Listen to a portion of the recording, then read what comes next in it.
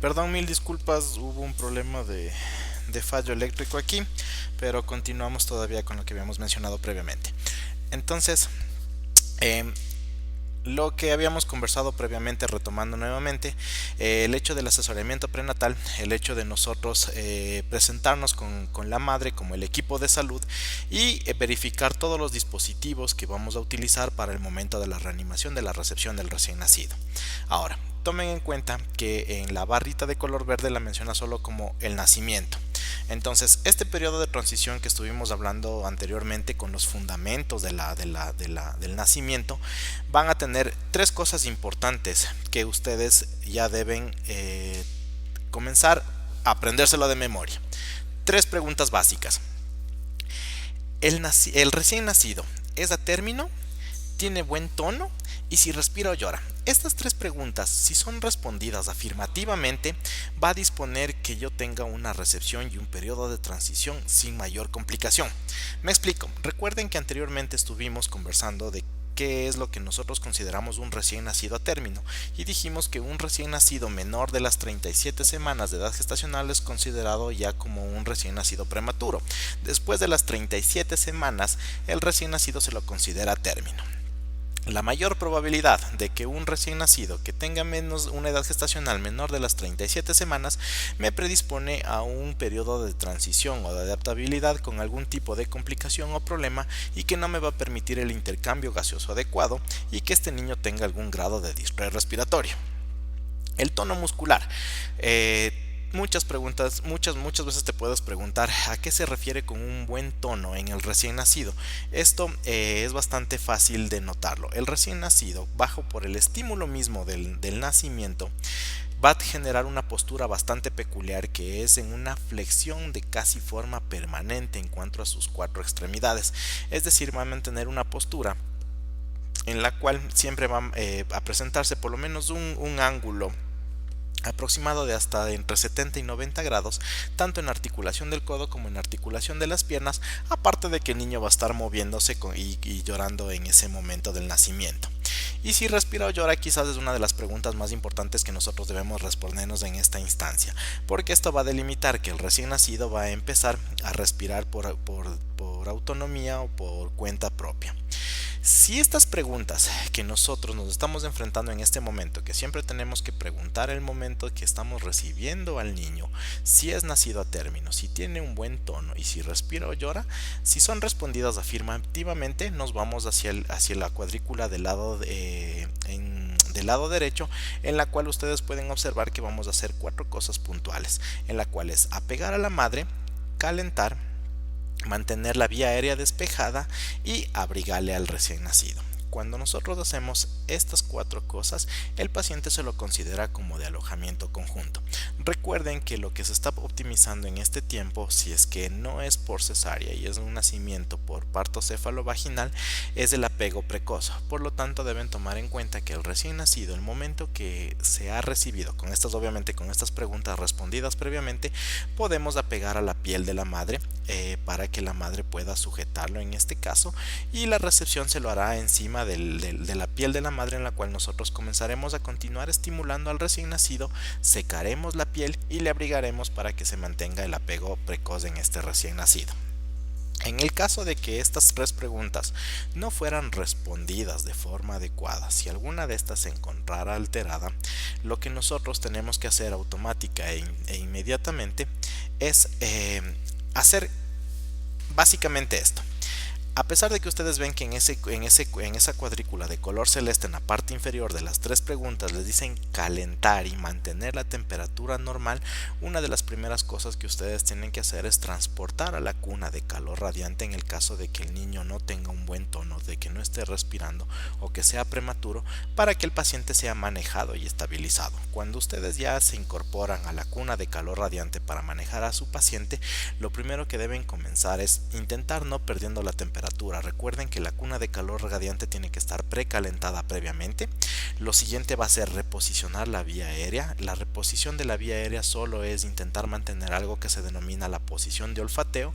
que es desplazar ligeramente el mentón hacia la parte posterior para que se horizontalice la vía respiratoria del niño y pueda provocar el intercambio del aire, secar y estimular al recién nacido para que él pueda intentar respirar de forma espontánea. Si esto ocurre, si nosotros cuando estas tres preguntas, una es negativa y nos enfrentamos a un recién nacido que necesitamos calentar, secar, aspirar secreciones o a su vez estimular para que su adaptación sea adecuada, si esto, haciendo este tipo de pasos, se corrige de forma adecuada, nos vamos nuevamente hacia la cuadrícula del lado derecho, es decir, que podemos ponerle en alojamiento conjunto junto a la madre y observarle cómo se comporta en este tiempo. En el caso de que una de las tres preguntas no haya sido respondido de forma adecuada y tengamos que estimular, aspirar secreciones, calentar y reposicionar la vía aérea en este recién nacido, y a pesar de que nosotros estamos iniciando este tipo de manejo, tenemos un apnea o un bloqueo, los siguientes pasos vamos a comenzar a analizarlos en esta instancia. Tomen en cuenta que apnea todo el mundo lo define solo como un cese de la frecuencia de la respiración, pero existe una definición bastante específica en cuanto a la reanimación neonatal, y apnea la vamos a considerar como el cese de las respiraciones por un tiempo mayor a 20 segundos, en los cuales podemos ver comprometida tanto la saturación de oxígeno como la frecuencia cardíaca, que tiene la tendencia a bajar en el recién nacido que no está haciendo el intercambio gaseoso de forma adecuada. Cuando nos enfrentamos a esta situación, tomen en cuenta que existe un recuadro de color amarillo que está abarcando todo lo que estamos mencionando previamente. Esto debe ocurrir en el primer minuto de vida o primer minuto que transcurre desde la recepción del recién nacido. Si nosotros presentamos un apnea o un bloqueo, con lo que les mencioné previamente, también una caída de la frecuencia de la frecuencia cardíaca por debajo de los 100 latidos por minuto, lo que nosotros tenemos que hacer es, si ustedes siguen las flechas hacia el extremo inferior del lado izquierdo, esa cuadrícula de color celeste habla de la ventilación presión positiva. Anteriormente ya les había mencionado que vamos a conocer uno por uno los dispositivos que nosotros podemos utilizar para iniciar esta medida de reanimación. Obviamente tenemos también el monitor de la oximetría de pulso y con esto iniciaremos este tipo de procedimientos. En el caso de que no pueda el paciente o no pueda respirar de forma adecuada, una de las cosas que tenemos que verificar es que él vaya a tener algún tipo de dificultad al respirar o que tengamos algún grado de tos, en la cual nosotros vamos a tener que reposicionar nuevamente la vía aérea en esta posición de olfateo que les mencioné previamente, y con esto vamos a permitir que entre el aire de forma adecuada y eficaz, y probablemente con esta medida y más la estimulación el paciente revierta su apnea o su bloqueo para que nosotros podamos nuevamente regresar en este algoritmo que tiene que ser evaluado hasta esta instancia en el primer minuto de vida, y ver si es que necesitamos en esta instancia calentar, despejar la vía aérea, estimular y abrigarle al paciente, y en el caso de que se recuperara el recién nacido, restablecer nuevamente hacia el alojamiento conjunto del manejo con la madre. Como les mencioné previamente, lo que estamos priorizando y optimizando últimamente es el apego precoz. Como les dije, si nosotros nos enfrentamos a las tres preguntas iniciales del recién nacido, especialmente la de si el paciente respira o llora, y si es que tiene un tono adecuado, ustedes pueden ver en esta imagen que lo que hacemos inicialmente es el apego del recién nacido hacia la madre. Recuerden que nosotros hablábamos de despejar la vía aérea del recién nacido. En esta instancia la podemos hacer en la piel de la madre mediante las perillas que habíamos mencionado como el material que vamos a utilizar o que debemos tener ya previamente listo para enfrentarnos a este procedimiento.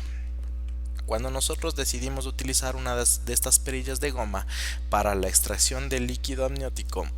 o de la sangre que pueda salir mezclada con el líquido que el niño haya podido deglutir, lo que tenemos que hacer es lateralizar la cabecita del recién nacido y aspirar lo que se encuentra en los carrillos. No intentar meter la perilla de goma hacia el fondo de la orofaringe del recién nacido, porque podemos hacer una estimulación vagal y la frecuencia cardíaca del recién nacido caer aún más y enfrentarnos a un paro cardiorrespiratorio y obviamente iniciar con una reanimación situación que probablemente pudo haber sido prevenida el momento de la recepción. Cuando nosotros ya hemos decidido recibir a nuestro recién nacido y todo ha permanecido sin ningún problema y nos dirigimos hacia la cuna de calor radiante para vestir hasta a nuestro recién nacido después de la etapa del apego precoz, ustedes van a colocar un oxímetro de pulso para ver cómo es su periodo de adaptabilidad. Anteriormente les había mencionado que existía una tabla muy específica en cuanto a la saturación que nosotros podemos considerarla como normal. Ahora, aquí les voy a hacer un pequeño break para explicarles algo acerca de esta tablita que les estoy mostrando en esta diapositiva. Este es un estudio, como les mencioné previamente, que se hizo con la AHA, con la American Heart Association. Obviamente esto se hizo casi al nivel del mar, por lo tanto el intercambio de oxígeno que tú tienes al nivel del mar es mucho más factible por la disminución de la presión, por el aumento, por la presión barométrica que tú tienes. Por lo tanto no va a existir una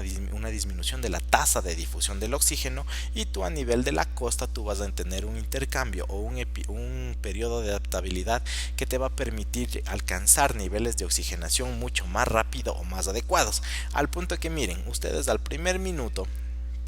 van a tener una saturación entre el 60 y el 65%. Ojo, no se asusten con esto, esta es la saturación que yo le considero normal del recién nacido. Mira, desde que tú estás viendo que el niño está saliendo del canal vaginal o a través de la incisión de la cesárea,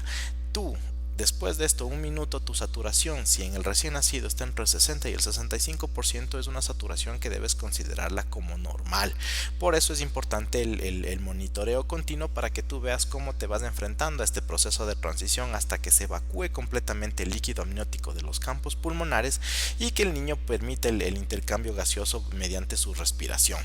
A los 2 minutos tú vas a tener una saturación entre el 65 y el 70%. Esto va incrementándose casi de forma gradual de 5 en 5. A los 3 minutos tú tienes entre el 70 y el 75%, a los 4 minutos entre el 75 y el 80% y a los 5 minutos una oxigenación entre el 80 y el 85%. Aquí tomen en cuenta que este periodo entre los 5 y los 10 minutos son en los que habitualmente comienza la fase inicial del cierre del ductus arterioso y que los capilares de los campos pulmonares, los linfáticos, comienzan a absorber el resto del líquido y te permite esa transición con este intervalo de 5 minutos hasta llegar a una saturación del 95%. Por lo tanto, para yo considerar una saturación normal en el recién nacido, que supere el 90% de la concentración de oxígeno, recién lo vamos a establecer a los 10 minutos. Por lo tanto, ustedes tienen este periodo para evaluar al paciente sin alarmarse hasta poder alcanzar esta etapa de transición que es súper importante. Y les había dicho y les había mencionado previamente por qué íbamos a hacer un pequeño break aquí, porque como les mencioné, esta tabla en este estudio que se hizo por la AHA está establecida directamente para zonas costeras. A nivel de la altura, por ejemplo en la ciudad de Quito, en la ciudad de Riobamba, que superan aproximadamente los 2400 metros sobre el nivel del mar, ocurre una cosa diferente, en la cual el periodo de transición se puede prolongar hasta unos 5 minutos más para que tú tengas una mayor adaptabilidad. Esto consecuencia de la disminución de la presión barométrica y por lo tanto el intercambio de oxígeno va a ser un poco más dificultoso. No quiere decir que en altura tú tengas menos oxígeno. Recuerda que el ambiente atmosférico en cualquier parte del mundo tú tienes una concentración de oxígeno del 21%, pero la presión barométrica que tú tienes diferencial a nivel de las ciudades con altura te va a permitir que no hagas el intercambio por difusión del oxígeno con mayor facilidad. Por lo tanto, incluso si tú a los 10 minutos todavía mantienes una saturación del 85%, tú la puedes considerar como normal y dar algún tipo de soporte o de ayuda al recién nacido sin incurrir en un proceso de alarma. Como les mencioné previamente, obviamente nosotros en altura tenemos un periodo de transición mucho más prolongado, pero que se le considera como normal, y a nivel del mar ustedes tienen esta tabla que se puede establecer fácilmente como la parte del manejo el acápite puntual de cuánto es lo que tú tienes que esperar en cuanto a tu recién nacido a la saturación de oxígeno en el tiempo que transcurre desde que nace hasta los 10 minutos con el 95% de saturación que le consideras como normal. Ahora, Hay que tomar en cuenta una cosa y eso sí quiero que lo tengamos bastante claro. Muchas personas lo primero que preguntan cuando el recién nacido nace es del Apgar. Ojo con esto, el Apgar no es un score que te delimita si es que el recién nacido requiere o no requiere algún tipo de soporte vital. Me explico, el Apgar solo es un score clínico que te permite evaluar la habitabilidad del recién nacido. Es decir, es como preguntar, ¿cómo está el niño? ¿Está bien o está mal? Esa es la respuesta básica. El Apgar tiene esta manía de evaluar con tiempo cómo se va expresando la vitalidad del recién nacido al minuto, a los 5 minutos y a los 10 minutos. Pero como les digo, este score no tiene nada que ver absolutamente con el proceso de transición del recién nacido, porque lo único que te va a valorar el Apgar es cómo lo está tomando la salida del medio intrauterino hasta el extrauterino en cuanto a la habitabilidad del paciente. Pero en cuanto al problema respiratorio que se puede generar, que es el objetivo del que hayamos iniciado este tipo de taller, lo vamos a hacer con otro tipo de score. El score de Silverman es el más utilizado a nivel de los recién nacidos y el cual te va a delimitar que tú tengas o no tengas algún tipo de problema o de transición para el soporte que este paciente vaya a requerir en cuanto a ventilación, presión positiva u oxigenación del paciente. Ahora, existen dos cosas importantes que debemos tomar en cuenta y ustedes ven aquí dos fotos específicas que se pusieron en esta diapositiva. El del lado izquierdo es un recién nacido que ustedes ven que está completamente con las extremidades flexionadas, la boca abierta porque está el niño llorando y el personal que le está asistiendo. Mientras tanto que el recién nacido de la derecha es el recién nacido que aproximadamente tiene 32 semanas de edad gestacional y ustedes pueden ver cómo las piernas, a pesar de que están ligeramente flexionadas, no mantienen una postura que yo le consideraría como un tono adecuado. Y miren cómo las extremidades superiores están completamente caídas. Este es un recién nacido que es prematuro y que probablemente requiera algún tipo de soporte extra. ¿Por qué les presento esta imagen? Porque quiero que establezcan bastante puntual y delimitado cuando ustedes se enfrentan o no a un proceso que vaya a requerir algún tipo de reanimación extra. Ustedes pueden observar en esta instancia que el recién nacido del lado izquierdo tiene esta actitud de defensa ante la manipulación del personal de salud y el niño de la derecha está completamente flácido, su tono no es el adecuado, a pesar de que su coloración tampoco es violácea, no tiene este mecanismo de defensa que tiene el recién nacido de forma normal en el periodo de transición y de adaptabilidad hacia el nuevo medio, hacia el medio extrauterino. Deben tomar en cuenta que obviamente las actitudes que ustedes deben tomar en cuanto a los pasos iniciales de la recepción del recién nacido variarán en cuanto a estos dos pacientes. Recuerden que teníamos tres preguntas iniciales que respondernos: si es que el recién nacido es a término, si tiene un buen tono y si es que respira o llora. Como ustedes pueden ver, el del lado izquierdo tiene las tres preguntas respondidas. Ustedes le ven que es un niño a término, que tiene un buen tono, que respira o que llora, y es el paciente que puede pasar alojamiento conjunto en el caso de que haya sido en el caso de una cesárea o en el apego precoz en el caso de un parto cefalovaginal.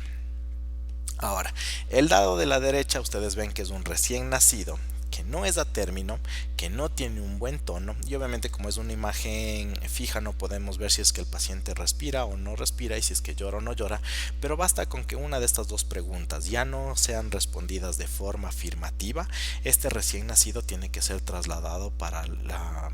la estabilización y el posterior transporte hacia una unidad de cuidados intensivos neonatales para que el manejo sea complejo y multidisciplinario. Ahora, aquí voy a hacerles un pequeño recorderis de cómo ocurre este periodo de transición desde el medio intrauterino hacia el medio extrauterino.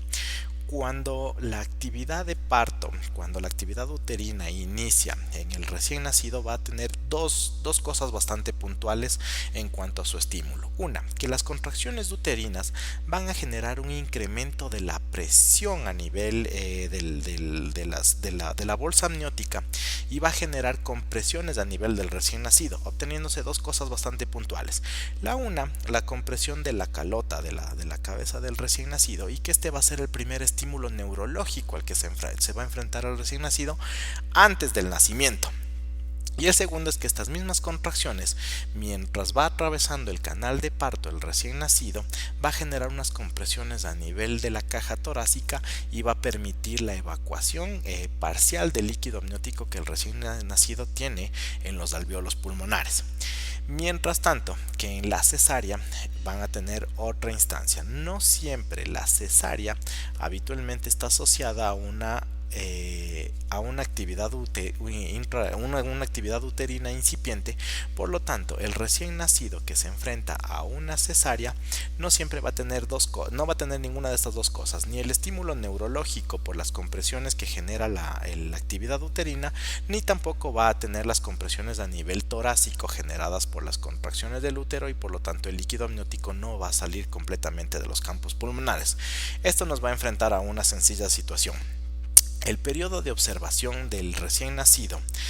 que yo lo considero a término, va a variar en función de la vía de recepción. Por ejemplo, en el parto cefalovaginal, como el recién nacido tuvo este periodo de transición de forma adecuada con las contracciones uterinas y va a ser su estímulo neurológico y la compresión de la caja torácica y eliminar el líquido amniótico de forma adecuada, va a tener un menor periodo de adaptabilidad, es decir, este sí va a establecerse un intercambio de forma adecuada más o menos a las 24 horas de vida. Esto delimitará que el paciente que nace por una vía cefalovaginal tenga un periodo de observación de aproximadamente 24 horas en alojamiento conjunto. Mientras tanto que el recién nacido que viene de una cesárea, obviamente si es que no inició esta cesárea con una actividad uterina incipiente, no va a existir ni el estímulo neurológico ni el estímulo respiratorio para que el recién nacido pueda tener este periodo de transición o de adaptabilidad de forma adecuada. Por lo tanto, si no tengo el estímulo neurológico que me obligue a respirar o a llorar el momento que nazco, y si no tengo el estímulo de la contracción o de la compresión en la caja torácica y no elimino la cantidad correcta de líquido amniótico de mis campos pulmonares, va a generar una sencilla situación, que el riesgo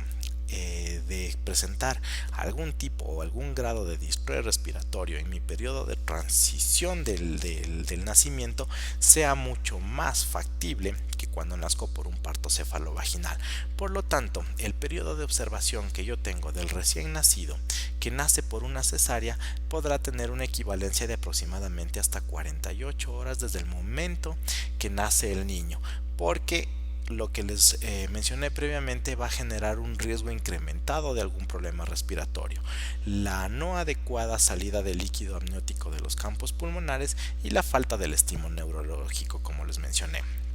Pero si después de este periodo de 48 horas de espera el recién nacido no ha tenido ningún tipo de problema o de dificultad respiratoria, pues sencillamente puede ser dado de alta desde el alojamiento conjunto. Entonces recuerden estas dos cosas: el parto cefalovaginal tiene un periodo de observación de 24 horas y la cesárea de 48 horas por el mecanismo en el que el niño nace y el riesgo incrementado de sufrir algún tipo de proceso respiratorio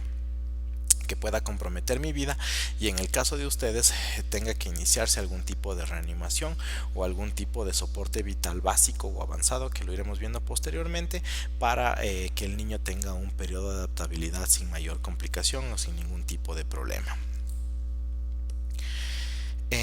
Ahora, cuando nosotros recibimos al recién nacido, y estas son preguntas bastante frecuentes a las que nos enfrentamos, es el hecho de que ¿qué determina para nosotros la cianosis? Deben tomar en cuenta que existen dos tipos de cianosis, una cianosis de tipo central y una cianosis de tipo periférica. La cianosis de tipo central obviamente es en la que tú no puedes permitir el intercambio gaseoso de forma adecuada, por lo tanto la concentración de la oxihemoglobina en tu cuerpo va a disminuir, va a aumentar la carboxihemoglobina y va a delimitar en ti esta coloración violácea que habitualmente está asociada desde las zonas centrales, es decir, las mucosas, los labios, y se va extendiendo hacia las zonas periféricas. Esta es específicamente la cianosis de tipo central. Ahora, no se debe confundir en el recién nacido en la recepción relación con la cianosis periférica, porque deben tomar en cuenta que el recién nacido ha estado flexionado durante todo el tiempo intrauterino y puede existir una disminución ligera del flujo a través de sus vasos sanguíneos y presentar una coloración violácea aislada. Tomen en cuenta que el recién nacido también cuando nace tiene esta transición en la cual él se puede enfriar si nosotros no tenemos los pasos correctivos de calentarle al recién nacido y presentar una vasoconstricción periférica que pueda ser mal interpretada como algún grado de cianosis, cuando ustedes deben tomar en cuenta que si es que no se encuentra violácea las mucosas o específicamente los labios del recién nacido, no corresponderá a una cianosis de estirpe respiratorio, porque obviamente será la coloración violácea de las extremidades la que les llame la atención a ustedes, pero por pérdida de la temperatura y la vasoconstricción que se genera en su paciente. Por eso es importante lo que habíamos mencionado previamente, el hecho de que cuando nos enfrentamos a la recepción del recién nacido, siempre dentro de nuestros instrumentos tengamos con mayor disponibilidad la utilización de un oxímetro de pulso. Ahora, muchos de ustedes deben haber escuchado de la saturación preductal, la saturación de oxígeno preductal. Deben tomar en cuenta que esto se lo realiza siempre en la mano del lado derecho. ¿Y por qué se lo hace de esta forma? Porque para nosotros es importante saber si es que existe o no existe todavía la persistencia del conducto arterioso y que me permita un flujo o un escape del flujo sanguíneo que ya se está tomando en cuenta desde los campos pulmonares hacia las cámaras del lado izquierdo o viceversa, dependiendo del manejo de las presiones que tenga el recién nacido. Por lo tanto, siempre será para ustedes importante que cuando coloquemos un oxímetro de pulso, lo coloquemos en el lado derecho, es decir, en la manito del lado derecho, y con esto tengamos la certeza de que nos estamos enfrentando a una saturación adecuada en este recién nacido. En cuanto a los dispositivos que nosotros podemos tener en primera instancia para este periodo de transición, si es que nos enfrentamos a una cianosis de tipo central, obviamente como mencionamos previamente en el recién nacido, siempre van a ser el hecho de no necesariamente un mezclador de oxígeno, pero sí una toma de oxígeno que me pueda disponer por lo menos una concentración más alta que la del aire ambiente para intentar suplir esta cianosis. Ahora, otro tipo de recomendación: cuando ustedes se enfrenten a un recién nacido, deben tomar en cuenta que existen muchos problemas en el periodo del nacimiento, en el cual ustedes pueden sufrir incluso traumatismos en la piel del recién nacido, y muchas veces los niños que vienen con la cabeza no enderezada, sino más bien con la carita como primera instancia de salida, pueden generar un traumatismo y generar lesiones vasculares superficiales, y que van a generarte una coloración violácea que nosotros la definimos como una máscara equimótica, y que te puede hacer pensar en un tipo de cianosis. Hay que tomar en cuenta esto, que si tú ves que solo la carita de tu recién nacido se encuentra con esta coloración violácea y el resto del cuerpo ya no se encuentra en esta instancia, probablemente lo que tú tuviste es una máscara equimótica por el parto traumático que se pudo haber generado. Pero a pesar de eso, si tú consideras y tienes el saturador de oxígeno conectado a tu paciente y después de los 10 minutos no has alcanzado una saturación mayor al 85%, tú puedes administrar oxígeno lateralizándolo a tu recién nacido para que tenga un mayor aporte. Obviamente el paciente deberá seguir todavía monitorizado para tomar en cuenta que el recién nacido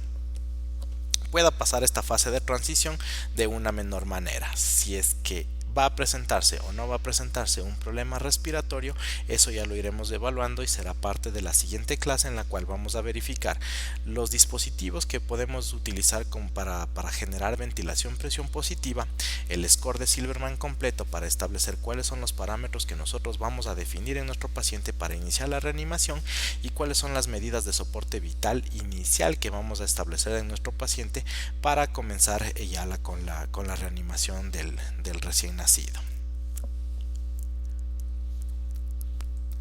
Ya, ahora en este momento damos por concluida ya la primera etapa de la reanimación neonatal. Me gustaría saber si ustedes tienen interrogantes o dudas que podamos resolver en esta instancia para comenzar a aclarar estas cositas que pueden dejarnos ciertos vacíos y que nos pueda generar algún tipo de problema el momento que nos enfrentemos ya al taller práctico propiamente dicho, porque obviamente vamos a estar con los maniquís, con los dispositivos, con los fantomas, para que ustedes ya inicien el proceso este. Entonces me gustaría saber si tienen algún tipo de pregunta. Por favor activen los micrófonos para hacer esto más interactivo y comenzar a conocernos.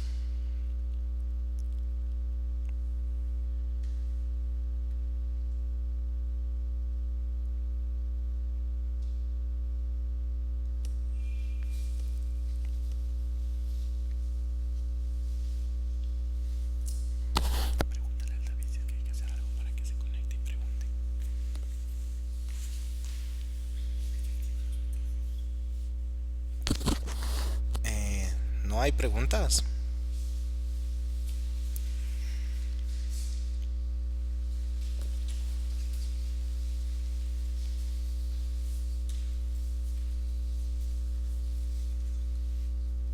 Es que ahorita estamos iniciando la fase de preguntas. Entonces,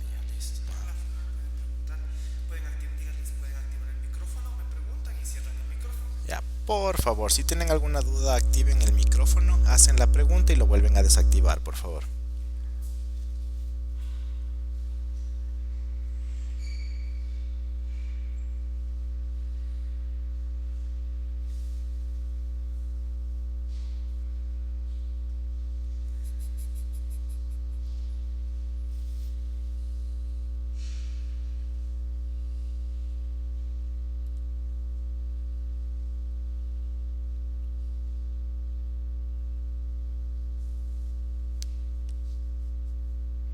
Bueno, eh, parece que no hay preguntas. Entonces, de aquí les van a enviar un texto. Si es que ya no les enviaron, por favor revisen ese texto. Son aproximadamente 330 páginas, no quiero que lo revisen todo. Ese es el consenso completo de la reanimación neonatal. Vamos a establecer específicamente los capítulos del 1 al 8 para la reanimación neonatal, porque no vamos a topar los